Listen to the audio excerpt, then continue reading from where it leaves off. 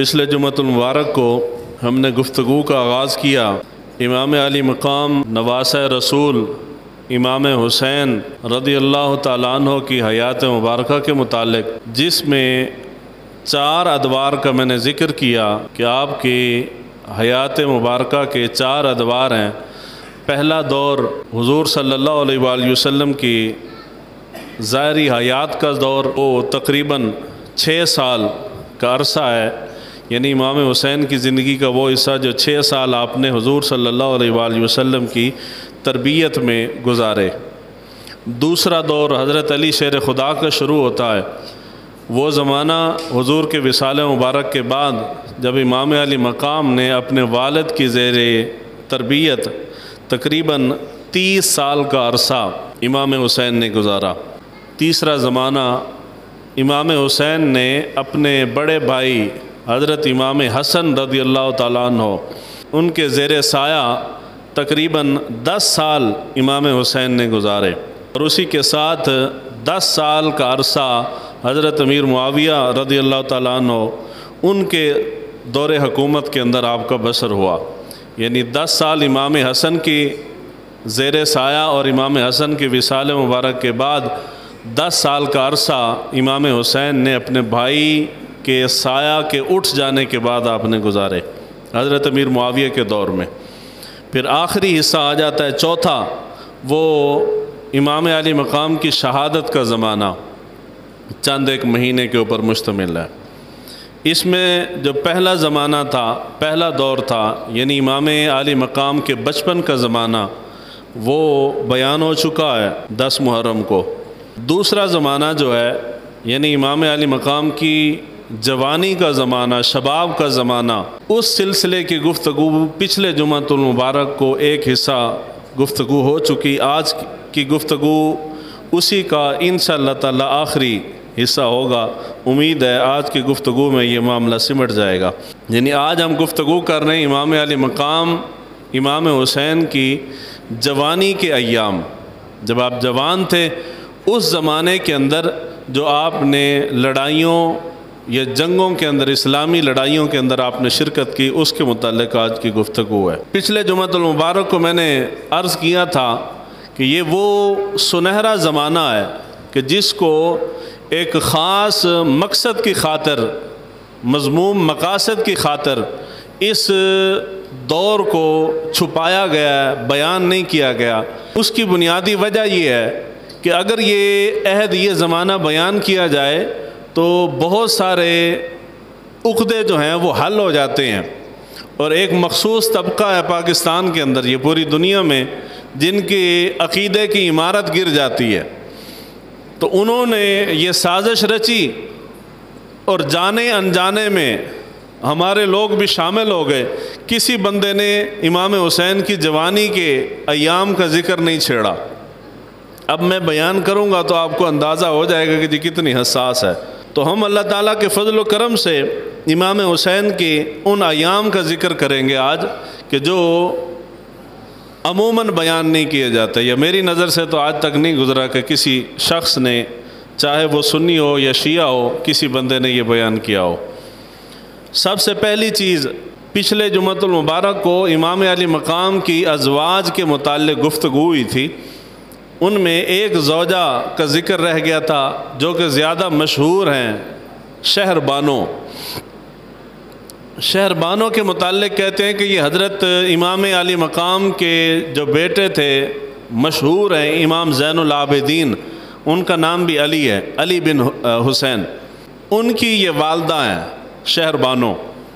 ایران جب فارس فتح ہوا ہے تو اس لڑائی کے اندر یہ قید ہو کر باندی بن کے آئی تھی، اور ان سے، یہ شہزادی تھی وہاں کے حاکم کی، تو ان سے ان کی رضا پوچھی گئی تھی کہ آپ اپنی مرضی سے انتخاب کر لیں کہ جی آپ کس کے عقد میں جانا چاہتی ہیں۔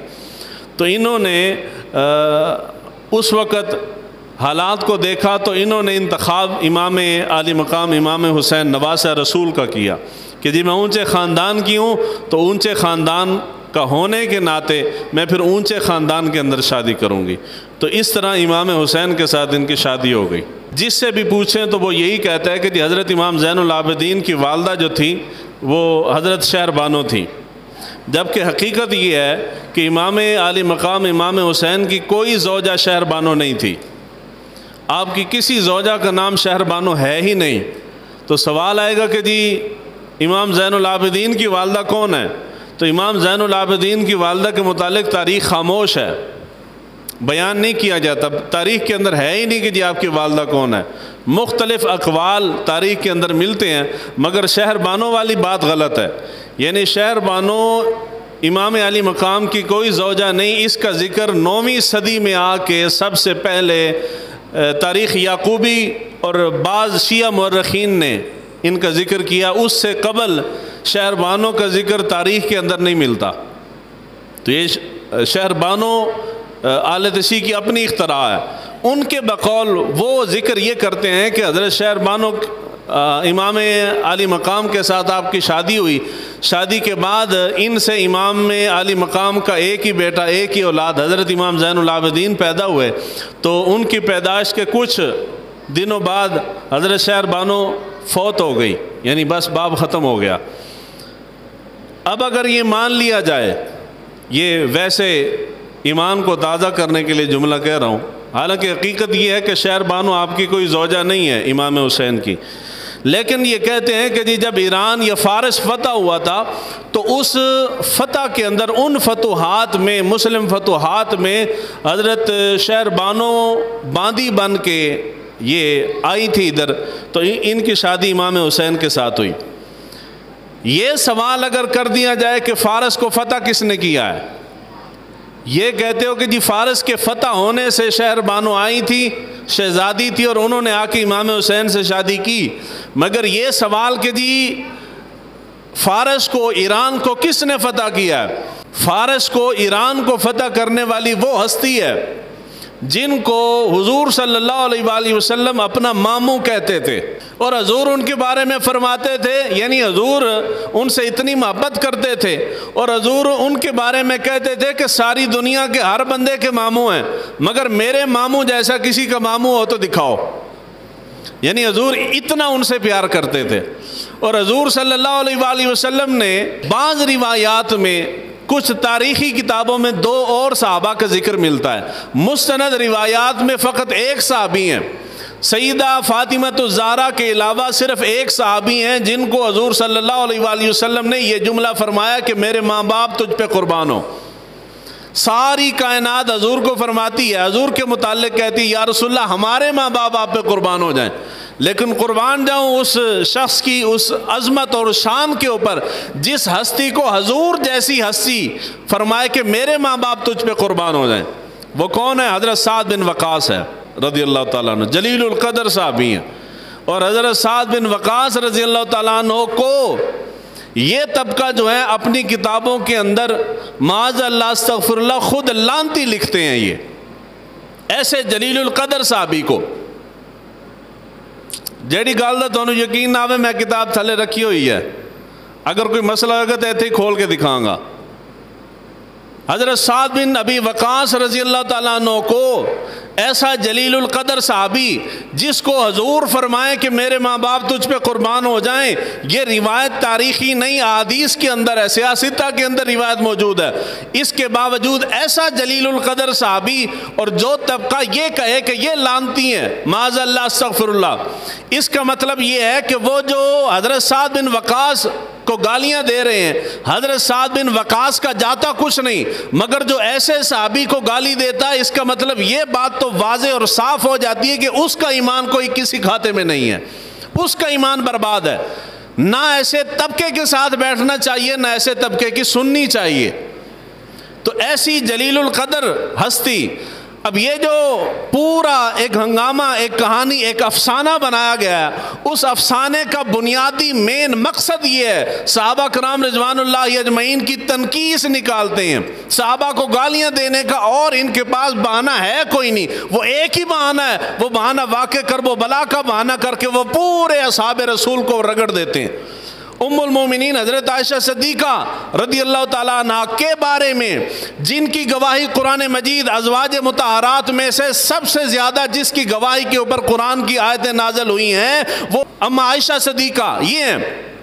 اما عائشہ جن کی گواہی قرآن دے رہا ہے، ایسی ہستی، ان کے بارے میں اہل تشیع نے اپنی کتابوں کے اندر لکھا ہے کہ جب ہمارا آخری امام آئے گا، جو کہ روپوش ہے کہیں، جب وہ آخری امام ہمارا آئے گا تو آ کے عائشہ کو قبر سے زندہ نکالے گا، اس کا معجزہ ہوگا، وہ زندہ کر کے اس کو نکالے گا اور اس کو کوڑے مارے گا۔ اما عائشہ کے بارے میں کہتے ہیں، یعنی جن لوگوں نے یہ عقیدے گھڑے ہیں، یہ بکواسات اپنی کتابوں کے اندر لکھی ہیں۔ ایسے شخص میرے باپ کو کوئی گالی دیتا ہو نا، اس کی مجلس میں جا کے اس کے گھر جا کے بیٹھنا تو بڑی دور کی بات، میں سلام لینا گوارا نہیں کرتا، اور جس کو جو میری ماں کی طرف انگلی اٹھائے میں کہاں اس سے سلام لیتا ہوں۔ شرط یہ ہے کہ بندے کے اندر، مرد کے اندر، اولاد کے اندر غیرت ہو، اور جب بندہ بغیرت ہو جائے تو پھر کوئی فرق نہیں پڑتا۔ ام المومنین، امہات المومنین، حضور صلی اللہ علیہ وآلہ وسلم کی کل ازواج ایمان والوں کی مائیں ہیں، تو ہماری ماؤں کی طرف کو انگلی اٹھاتا ہے، ہمارے دل میں تو نرم گوشہ کوئی نہیں ہے۔ کسی کو 1 کروڑ مرتبہ تکلیف ہو تو ہو جائے، ہمارے دل میں نرم گوشہ جی میں اپنے باپ کے دشمن کے مد مقابل کھڑا ہوتا ہوں، ساری دنیا میری مخالف ہو جائے، میں پرواہ کرتا ہوں؟ میں نہیں کرتا۔ میں نے کہا جی ٹھیک ہے، خاندان میرے ساتھ کھڑا ہوتا ہے تو ٹھیک ہے، نہیں کھڑا ہوتا تو نہ کھڑا ہو، لیکن میں اپنے باپ کے دشمن سے صلح نہیں کروں گا۔ جو میری ماں کی طرف انگلی اٹھا دے میں اس کو دشمن جانتا ہوں، ساری زندگی سلام نہیں لیتا۔ وہ کیسا ایمان ہے کہ تو ازواج مطہرات کو امہات المومنین کہتا ہے کہ میری ماں ہے، قرآن کہتا ہے کہ وہ تمہاری ماں ہیں، لیکن اس کے باوجود تو اس دشمن کے گھر میں جا کے تو بیٹھ جائے، کھانا بھی کھائے، مجالس بھی اٹینڈ کرے اور لنگر سنگر بھی کھا کے آ جائے، اور تیرے ایمان کے اوپر فرق، غیرت ایک رتی برابر بھی نہ جاگے۔ اس کا مطلب یہ ہے کہ 2 ہی صورتیں ہیں، یا تو غیرت اندر بچی کوئی نہیں، یا پھر تو ان ازواج کو اپنی ماں سمجھتا کوئی نہیں ہے۔ اگر انسان ان کو ماں سمجھے تو پھر انسان میں غیرت آ ہی جاتی ہے۔ امام علی مقام نے 55 سال کا عرصہ تقریباً گزارا ہے، زندگی کا ایک بہت بڑا حصہ ہے۔ ان 55 سالوں کے اندر امام علی مقام کے کھاتے میں صرف جا کے ایک ہی واقعہ کرب و بلا ہے۔ واقعہ کرب و بلا کے علاوہ کوئی جنگ امام علی مقام کی کبھی آپ نے اپنی زندگی میں سنی ہے کہ یہ امام علی مقام نے کرب و بلا کے علاوہ بھی کوئی جنگ لڑی ہو؟ نہیں نہ بیان ہوئی، کسی نے بیان نہیں کیا۔ تو سوال آ جاتا ہے کہ جی اتنی لمبی زندگی اللہ تعالیٰ نے آپ کو عطا فرمائی، اس زمانے میں لوگ جہاد شوق سے جاتے تھے، پیسے یا تنخواہ یا پینشن کی وجہ سے نہیں، نوکری کی وجہ سے نہیں جاتے تھے، صحابہ اپنے جذبہ ایمانی کی وجہ سے جاتے تھے، فی سبیل اللہ جاتے، اللہ کی رضا کی خاطر جاتے تھے۔ سارے صحابہ جہاد کے لیے جاتے تھے، تو کیا امام علی مقام، امام حسن و حسین جہاد کے لیے نہیں جاتے تھے؟ جواب ہے کہ جی جاتے تھے۔ امام علی مقام نے پچھلے جمعۃ المبارک کو میں نے عرض کیا تھا کہ 18 سے 19 جنگوں میں شرکت کی ہے۔ کتنی جنگوں میں جی؟ 19 جنگوں میں۔ اب وہ بیان نہ کرنے کی وجہ آخر پہ میں عرض کرتا ہوں۔ سب سے پہلے زمانہ آ جاتا ہے جب امام علی مقام کی عمر تقریباً 19 سال تھی، جب تیسرے خلیفہ حضرت عثمان غنی رضی اللہ تعالیٰ عنہ کا زمانہ شروع ہوتا ہے، خلافت کا زمانہ شروع ہوتا ہے۔ تو حضرت عثمان غنی رضی اللہ تعالیٰ عنہ کے دور خلافت کے اندر سب سے زیادہ جنگوں کے اندر امام علی مقام نے شرکت کی ہے۔ سب سے پہلے 29 ہجری کے اندر جنگ ہوئی ہے طبرستان کی۔ اس جنگ کے اندر کمانڈر جو تھے حضرت سعید بن العاص تھے، کوفہ کے گورنر تھے۔ یہ ان کو حضرت عثمان غنی رضی اللہ تعالیٰ عنہ نے کمانڈر بنایا تھا۔ ان کی کمان میں حضرت امام حسین نے اس جنگ کے اندر شرکت کی ہے 29 ہجری کے اندر۔ دوسرے نمبر پہ افریقہ کے اندر جنگی مہمات کے لیے حضرت عثمان غنی رضی اللہ تعالیٰ عنہ نے لشکر روانہ کیا تھا۔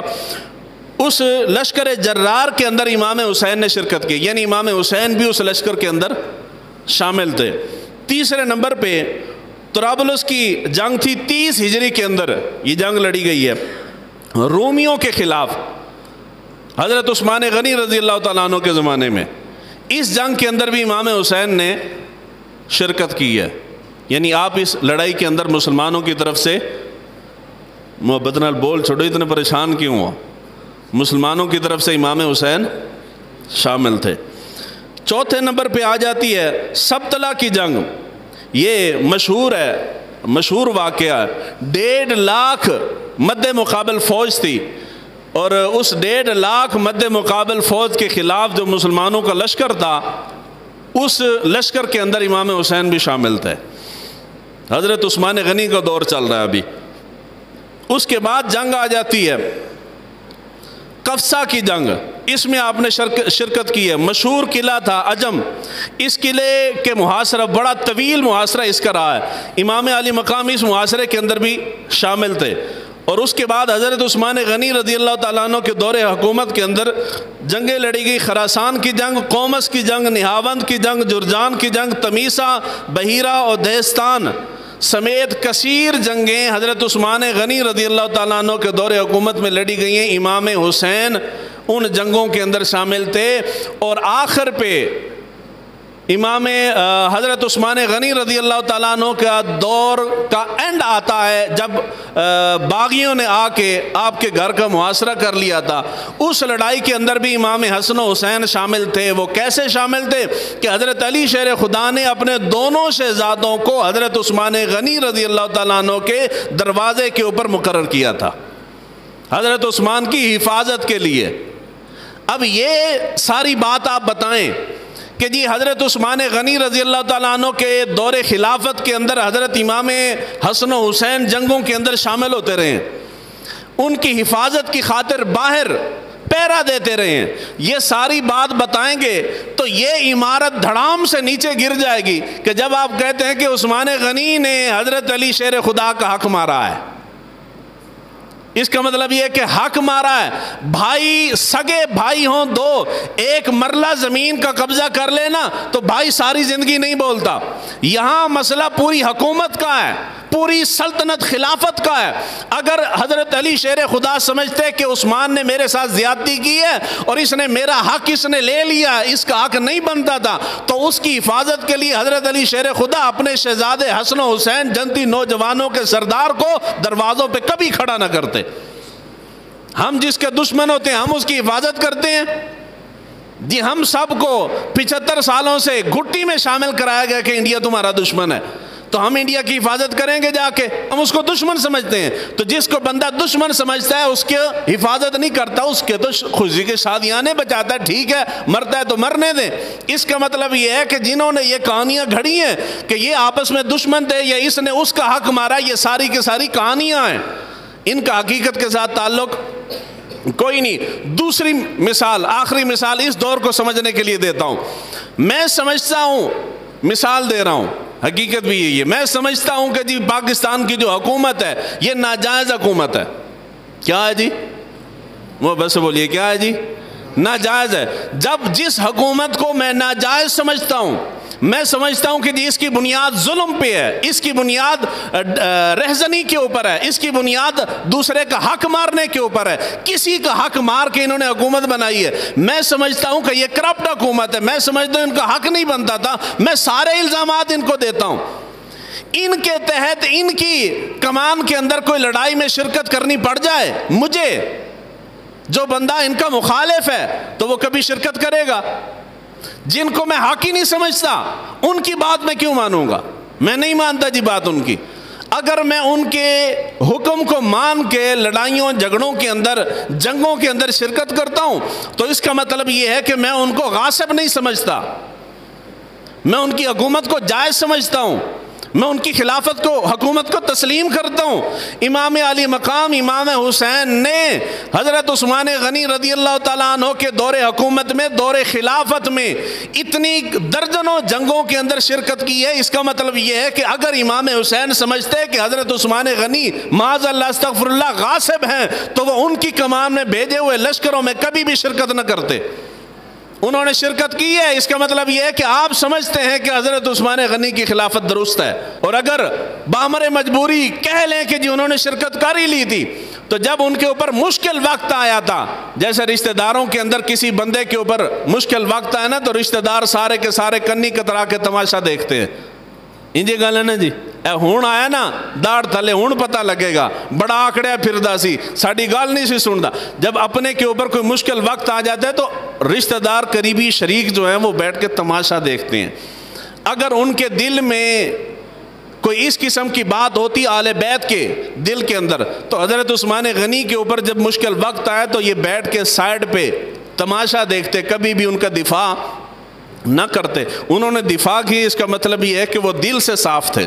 حضرت عثمان غنی رضی اللہ تعالیٰ عنہ کے دور مبارک کے بعد حضرت علی شیر خدا کی خلافت آتی ہے۔ حضرت علی شیر خدا کی خلافت کے اندر جتنی لڑائیاں ہوئی ہیں ان کے اندر بھی حسنین کریمین شامل تھے، اور وہ دور جو تھا وہ اسلامی سلطنت بڑھنے کا دور نہیں تھا، بلکہ وہ اندر ہی خوارج وغیرہ کے فتنے اٹھ گئے تھے، اسی کے اندر حضرت علی شیر خدا مصروف رہے۔ حضرت علی شیر خدا کے بعد مختصر سا زمانہ آتا ہے حضرت امام حسن کا، خلافت کا تقریباً 6 ماہ کا۔ حضرت امام حسن نے کوفیوں سے تنگ آ کے حضرت اپنی خلافت جو ہے، خلافت سے دستبردار ہو کے اپنی خلافت حضرت امیر معاویہ کے سپرد کر دی۔ خلیفہ بن گئے، حاکم بن گئے حضرت امیر معاویہ۔ اگر حضرت امیر معاویہ اتنے برے ہوتے تو نواسہ رسول ان کے ہاتھ پہ بیعت نہ کرتے۔ ہم نے جو پڑھ رکھا ہے اور ہمارا ایمان ہے کہ اہل بیت کبھی بھی کمپرومائز کرنے والے نہیں ہیں، وہ سودے بازیاں نہیں کرتے، وہ برائی کو دیکھ کے، بدی کو دیکھ کے وہ آنکھیں بند نہیں کرتے جس طرح ہم کرتے ہیں۔ ان کی شان یہ ہے کہ ان کے سامنے برائی ہو رہی ہو تو وہ ڈٹ جاتے ہیں۔ ان کے سامنے اگر ان کو لگتا کہ امیر معاویہ یہ غلط آدمی ہے، جس طرح کی کہانیاں اس زمانے میں ہمیں سنائی جاتی ہیں، تو کسی ظالم جابر شخص کے ہاتھ پہ بیعت کرنا اہل بیت کی شان نہیں ہے۔ یہ ہم ہیں کہ گلی کو دیکھ کے گلی کے اوپر ووٹ دے دیا ہے، ایک نوکری پہ بک گئے ہیں جی، ہمارے جیلم کے اندر الیکشن ہوا ہے، 5-5 ہزار دیے تو پورے گھرانے کے ووٹ دے دیے۔ یہ ہم ہیں جو سستے داموں بک جاتے ہیں۔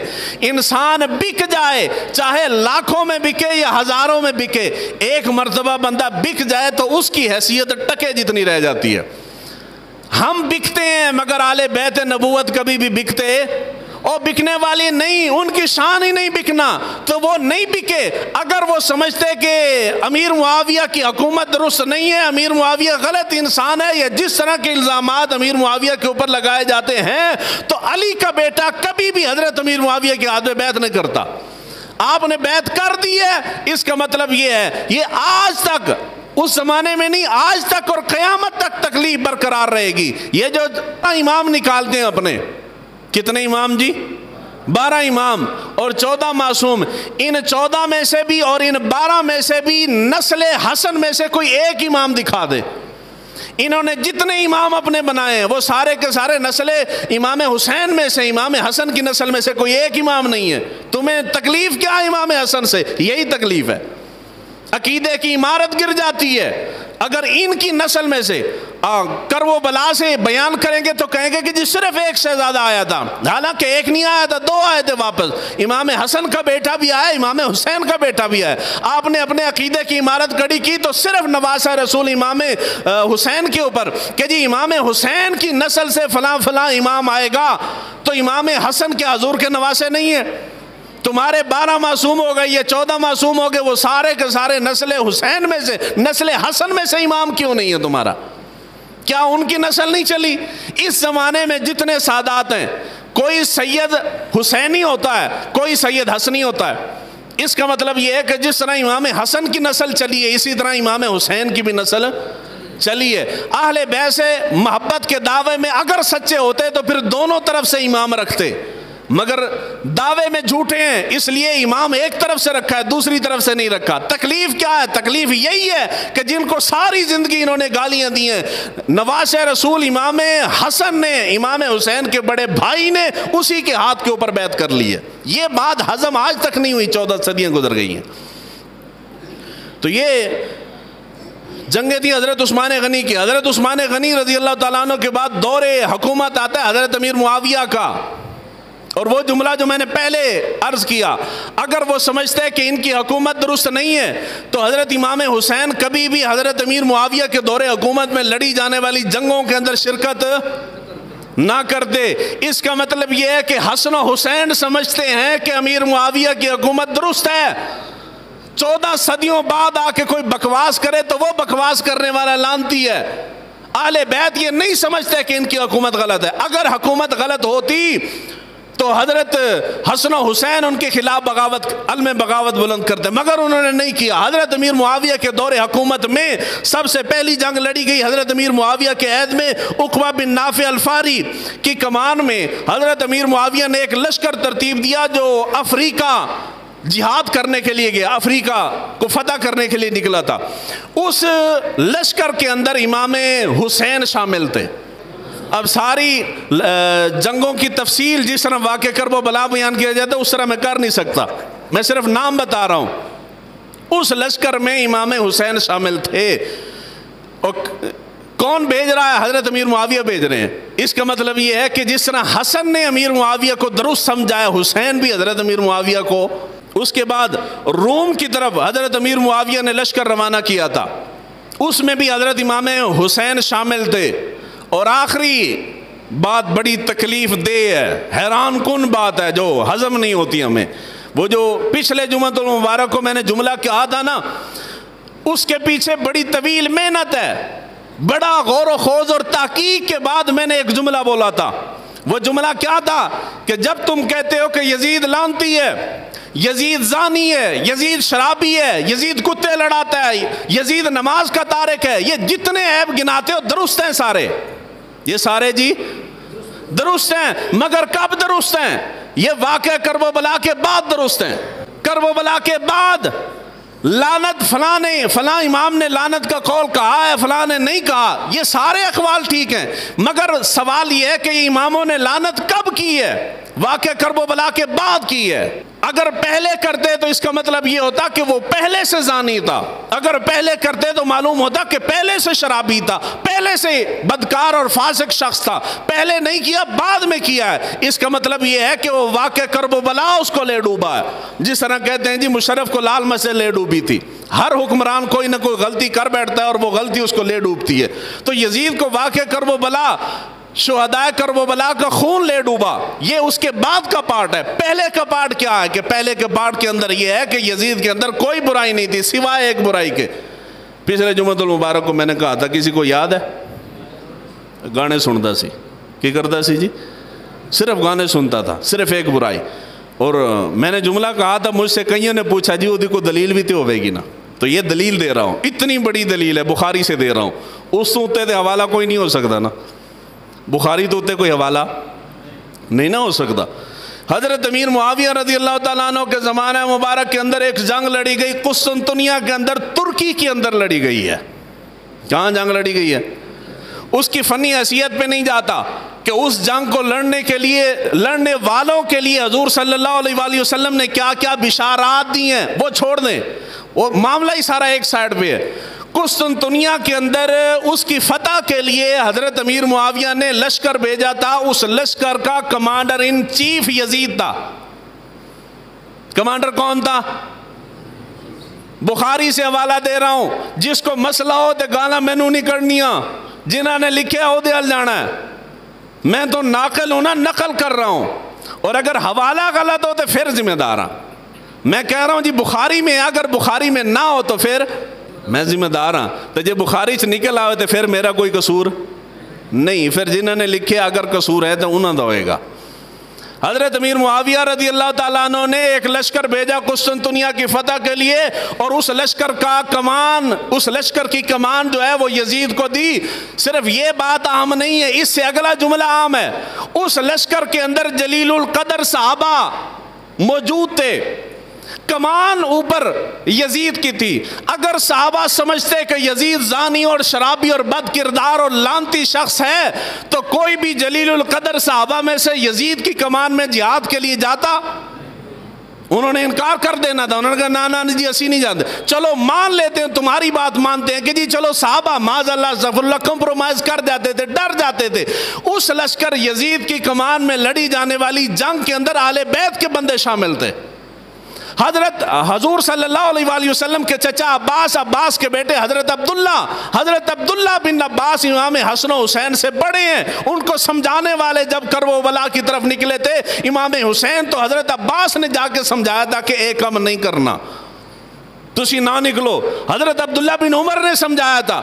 یہ دونوں صاحب اس یزید کی کمان میں لڑے جانے والی لشکر کے اندر شامل تھے. حضرت عبداللہ بن زبیر یہ تو امام حسین کے ساتھیوں میں سے ہیں, یہ اس لشکر کے اندر شامل تھے.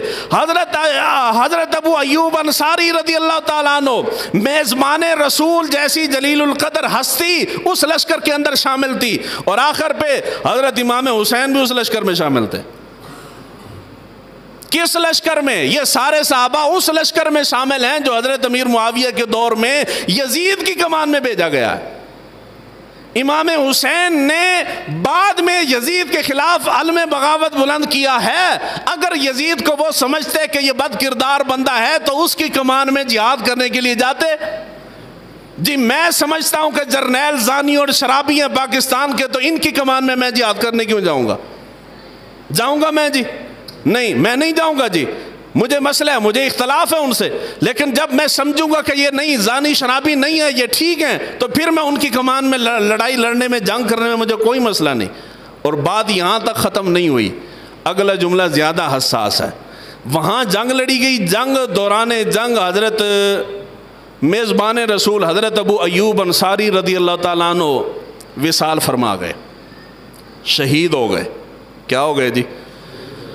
حضرت ابو ایوب انصاری رضی اللہ تعالیٰ عنہ نے وصیت کی تھی, ان کی وصیت پہ عمل کرتے ہوئے حضرت ابو ایوب انصاری رضی اللہ تعالیٰ عنہ کا جنازہ یزید نے پڑھایا ہے.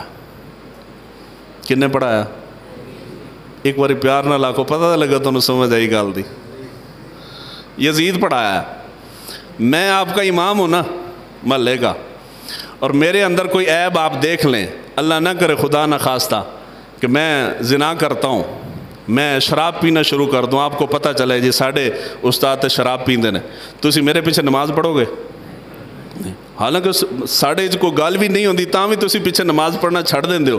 تو جو ہووے تو پھر تو میں نا قیامت بپا کر دیو. تو اسی جنازے آپ ہمارے پیچھے کیوں پڑھیں گے؟ کون وصیت کرے گا ایک زانی شخص کے بارے میں کہ یہ ہمارا جنازہ پڑھائے؟ یہ جتنی بکواسات یہ ذاکر اور جاہل خطیب بیٹھ کے کرتے, یزید اینج دسی اینج دسی اینج دسی, وہ دیکھو پوچھو تو سی نا کدوں اینج دسی. واقعہ کرب و بلا سے پہلے اگر اس طرح کا ہوتا تو حضرت ابو ایوب انصاری رضی اللہ تعالیٰ عنہ اس کو اپنے جنازہ پڑھانے کی وصیت نہ کرتے. تو یزید نے حضرت ابو ایوب انصاری کا جنازہ پڑھایا ہے, اور یہ اہل بیت کے سارے بندے پیچھے کھڑے ہو کے جنازہ پڑھنے والے تھے. اس کا مطلب یہ ہے کہ جس نے وصیت کی ہے وہ بھی, اور جو پیچھے ہاتھ باندھ کے کھڑے ہیں وہ بھی امام کو ٹھیک سمجھتے ہیں. انجی گل ہے نا جی. تسی جو میرے پیچھے ہاتھ باندھ کے کھڑے ہوں یہ تھوڑا کی خیال ہے کہ جی مینوں نماز نہیں آندی؟ تو اسی یہی سمجھ دینا کہ جی انہوں آندھی ہے. مسئلہ یہ ہے کہ مقتدی امام کے پیچھے ہاتھ باندھ کے کھڑا ہو, امام کو نماز آتی ہو یا نہ آتی ہو, مقتدی یہ سمجھ لے کہ اس نو نماز نہیں آندی, تو جیڑا یہ سمجھے گا اس دی نماز ہوندی نہیں ہے, اس دی نماز نہیں ہوندی. امام کے پیچھے ہاتھ باندھنے کے لیے ضروری ہے کہ بندہ سمجھے کہ امام ٹھیک ہے, امام جی ٹھیک ہے. وہ تو یزید کے پیچھے جو ہاتھ باندھ کے صحابہ اور امام حسین کھڑے ہیں, تو اس کا مطلب یہ ہے کہ انہوں نے سمجھا کہ ٹھیک ہے تبھی تو ہاتھ باندھ کے کھڑے ہیں, اگر نہ سمجھتے تو ہاتھ باندھ کے نہ کھڑے ہوتے. حضرت ابو ایوب انصاری, آخری جملہ اور کہہ رہا ہوں, حضرت ابو ایوب انصاری نے دوسری وصیت کی کہ مجھے وہ جو جس قلعے کا محاصرہ کر رکھا تھا, اس قلعے کے بالکل بیچ بنیادوں میں دیوار کے ساتھ مجھے دفن کرنا ہے. تو یزید نے جنازہ پڑھایا. جنازہ پڑھانے کے بعد ان کی وصیت پہ عمل کرتے ہوئے حضرت ابو ایوب انصاری رضی اللہ تعالیٰ عنہ کو اس قسطنطنیہ کے قلعے کے بالکل قریب جا کے ان کو دفن کیا گیا. اب قلعہ فتح نہیں ہو رہا تھا, اندر دشمن تھے. انہوں نے دیکھا تو وہ حیران رہ گئے کہ جی مسلمان ویسے ہمارے قلعے کے قریب آ نہیں سکتے, تو یہاں آ کے کھدائی کر رہے ہیں اور بندہ دفن کر رہے ہیں. تو انہوں نے اوپر سے پوچھا کی کر دیو پہ تسی؟ تو انہوں نے کہا کہ ہمارے نبی کا ایک جلیل القدر بندہ تھا, صحابی تھا, وہ فوت ہو گیا, اس کی وصیت تھی کہ مجھے اس دیوار کے پاس دفن کرنا ہے, تو ہم اس کو دفن کر رہے ہیں.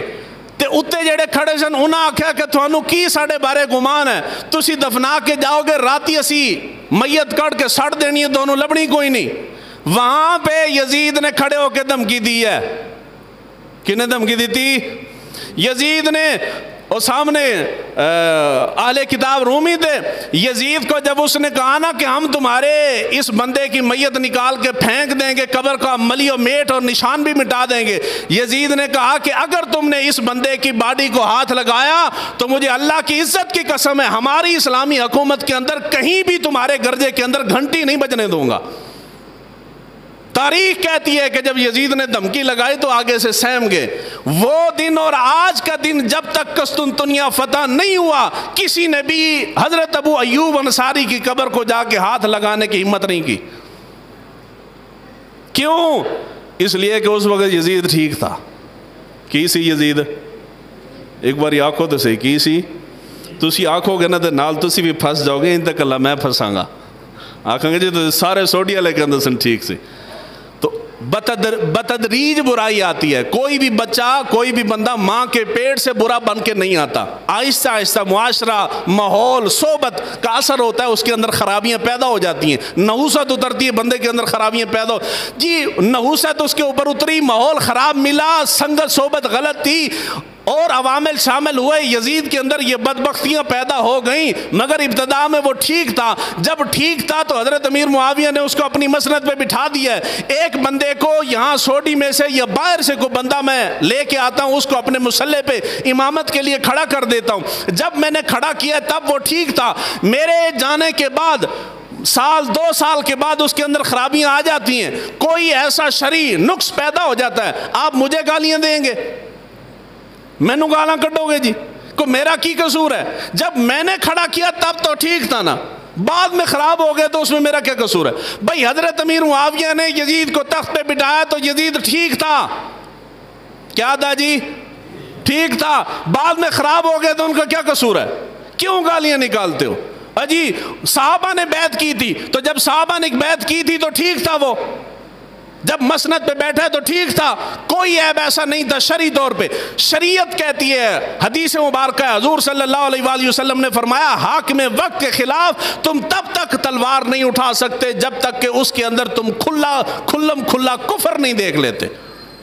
تو آپ ثابت کر دیں واقع کرب و بلا سے پہلے یزید کے اندر فلاں فلاں کفر تھا, اس لیے لازم ہو گیا تھا کہ صحابہ اس کی بیعت نہ کریں. اور اس کے باوجود انہوں نے بیعت کی ہے تو سارے صحابہ کو ہم آپ کے سامنے آپ کے ساتھ مل کے لعن طعن کر لیں گے. لیکن اگر نہیں آتا تو پھر انسان دے بچے بنو. کسی صحابی کو برا بلا یزید کا ٹائٹل لگا کے, حضرت امیر معاویہ کا ٹائٹل لگا کے, واقع کرب و بلا کو بہانہ بنا کے کوئی بندہ کائنات کا سفید ہو یا کالا ہو یا کالے کپڑوں والا ہو, وہ امہات المومنین کے اوپر انگلیاں اٹھائے یا صحابہ کے اوپر انگلیاں اٹھائے, اس جیسا بدبخت بندہ دنیا کے اندر نہیں. اگر ہم ان کو سمجھتے ہیں کہ جی ہم سے عرفہ اور اعلیٰ ہیں تو پھر تقاضا یہ ہے عرفہ اور اعلیٰ ہونے کا. اگر ہم ان کو اپنی ماں سمجھتے ہیں تو ماں ہونے کا تقاضا یہ ہے کہ جو تمہاری ماں کی طرف انگلی اٹھائے اس کے ساتھ نشست و برخاست نہیں رکھنی. اس کی گھر جا کے کھانے شانے نہیں کھانے, تو اسی کھا دے لینے, ایک باری آگ چھڑو. جو اس طرح کی حرکتیں کرے ان کے گھروں میں جا کے کھانے نہیں کھانے. حضرت عمر فاروق رضی اللہ, حضرت عبداللہ بن عمر رضی اللہ تعالیٰ عنہ کے بارے میں آتا ہے, ان کو کسی شخص کے بارے میں اطلاع ملی, وہ شخص ان کا بہت گہرا دوست تھا, بہت گہرا دوست تھا, اور اس کا اٹھنا بیٹھنا خوارج کے ساتھ تھا. حضرت عبداللہ بن عمر رضی اللہ تعالیٰ عنہ کو جب پتہ چلا تو آپ نے لوگوں کے بیچ کھڑے ہو کے اعلان فرمایا. آپ نے فرمایا کہ تھانوں سارے انہوں میں گواہ بنا کے کہہ رہے ہیں, او فلانا بندہ جڑا میرا دوست سی اس دے اندر اے خرابی پیدا ہو گئی, آج تو بعد میں اعلان کرنا ادھر نال میرا کوئی تعلق نہیں. آپ نے صرف اعلان نہیں کیا, پھر بندہ بھیجا, قاصد بھیجا, جا انہوں دس کے بھی آ, تیری تے عبداللہ بن عمر دی دوستی سی ادوں تک جدوں تک تیرے اندر ایک خرابی نہیں سی, ہن تیرے اندر ایک خرابی آ گئی تو ہن ساڈی دوستی بھی. یہ صحابہ کا معیار ہے. اگر یہ معیار رکھ لیں گے تو کتنے کھٹمل ہیں جو اپنی موت آپ مر جائیں گے. تو آپ امام علی مقام امام حسین سے محبت کرتے ہیں, اللہ تعالی ہماری یہ محبت یہاں بھی سلامت رکھے اور آخرت میں بھی سلامت رکھے. آخرت میں بھی اللہ تعالی ہمیں امام حسن حسین کی سنگت میں اٹھائے. لیکن ان کا تقاضا یہ ہے کہ جو ان سے محبت کرنے والے نہیں ہیں ان کے ساتھ تعلق بھی نہیں رکھنا, تعلق نہیں رکھنا. اللہ تعالی ہمیں دین کو سیکھنے سمجھنے کی توفیق عطا فرمائے.